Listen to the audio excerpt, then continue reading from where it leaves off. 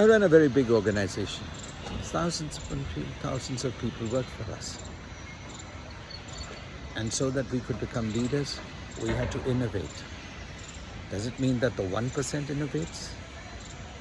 They have 10 fingers.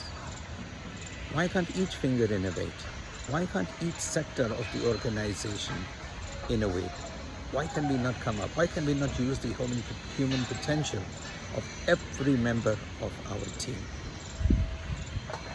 Sounds good, sounds easy, but extremely difficult to implement. I discovered a very good way to do that in our organization. During the 6-monthly review appraisal, I changed the line of questioning, not to appraise what they had achieved, but to tell me, the managers, to tell me what are the 10 big mistakes that they had made. Nearly all of them said, I didn't make any mistakes today. I did a great job. The 6 months I didn't make any mistakes. But that flies in the face of progress. Standing still is not an option. I asked them, your job is not only to maintain or manage the routine. Your job is also to make progress, to innovate, to motivate people to innovate. And if you are innovating or trying to innovate, you are bound to make mistakes. Now, if you haven't made any mistakes, means you're not even trying. Go back and come and tell me what are the 10 mistakes that you made. They were shocked. They couldn't believe that a boss could ask not about what the good things you did, but what about the bad things you did. They came back after a lot of cajoling, because the appraisal was holding them up, their progress, their increments, everything was being held up. So they came back and they said what all mistakes that they had made. My next question to them was, well, what have you learned from these mistakes?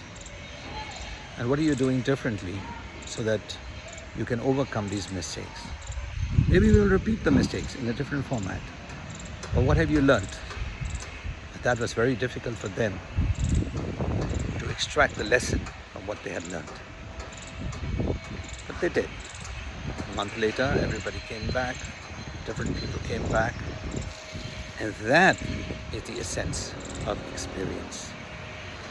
That I dared to be different, I learned from that, and I was able to make progress. Now this is really every failure or it's a setback. That means we are taking 2-3 steps back. But look at it differently. Taking 2 or 3 steps back is actually the run-up for the next jump. And we know what mistake we did, where we fell, why we fell. And this is how we make progress. This is how we can dare to be different. But for that we have to create an environment, an individual trying to be different and not conform in an ambience, in an environment which doesn't tolerate difference. It's very difficult. Dare to be different. Look for an environment where you can be, or your difference in way of thinking and approaching situations is recognized and even embraced. Thank you. I hope you found this useful.